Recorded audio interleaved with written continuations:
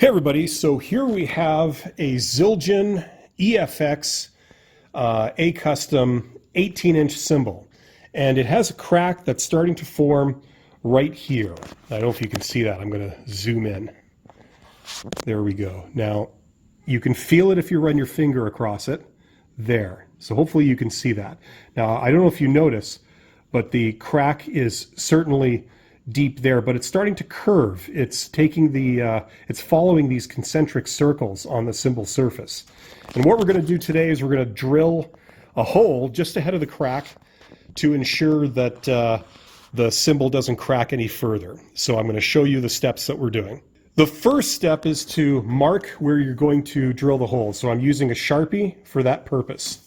Okay, so if you look closely, this crack is going right to about there, so I'm going to mark just ahead of it right here, and then that'll be where we drill.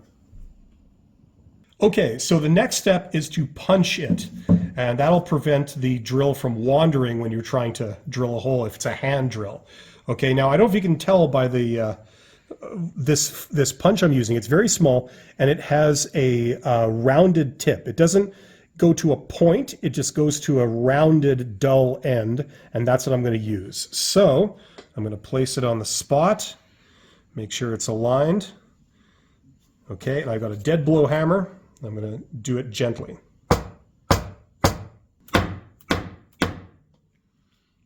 Okay, that's probably good. You got a tiny little dent, and I think that's good for the drill.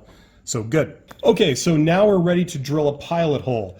Now I've got the smallest metal bit that I have, and I'm putting it in a drill that's quite slow actually. And while I'm going to drill this, and hopefully I don't make a dog's breakfast of this, my helper is going to squirt some water to cool the bit because we don't want to overheat the cymbal. That's going to cause additional damage. So here we go.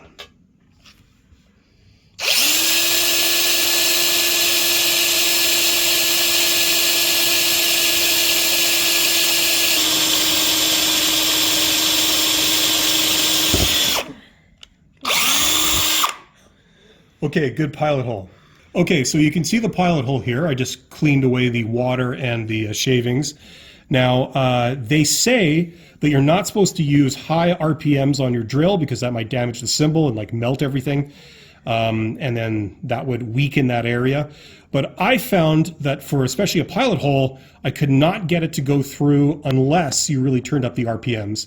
So that's what I did. Now we're cooling it with water, and now we're going to try and expand that pilot hole to an approximately 1/8 inch hole. So here we go.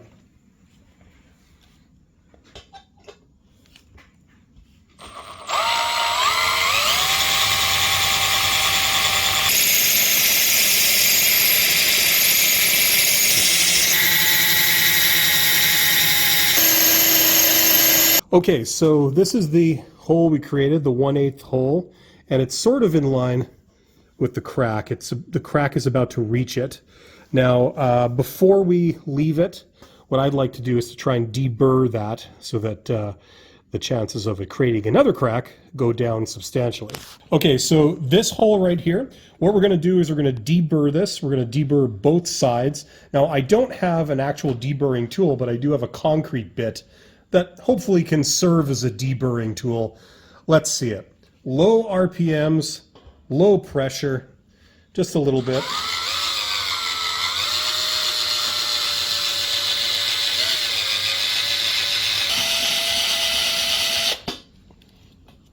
Okay, there we go. You can see it's deburred on both sides, no sharp edges, and so hopefully that will serve our purpose.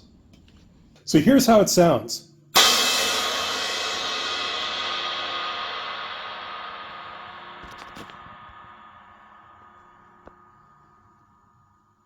Good stuff.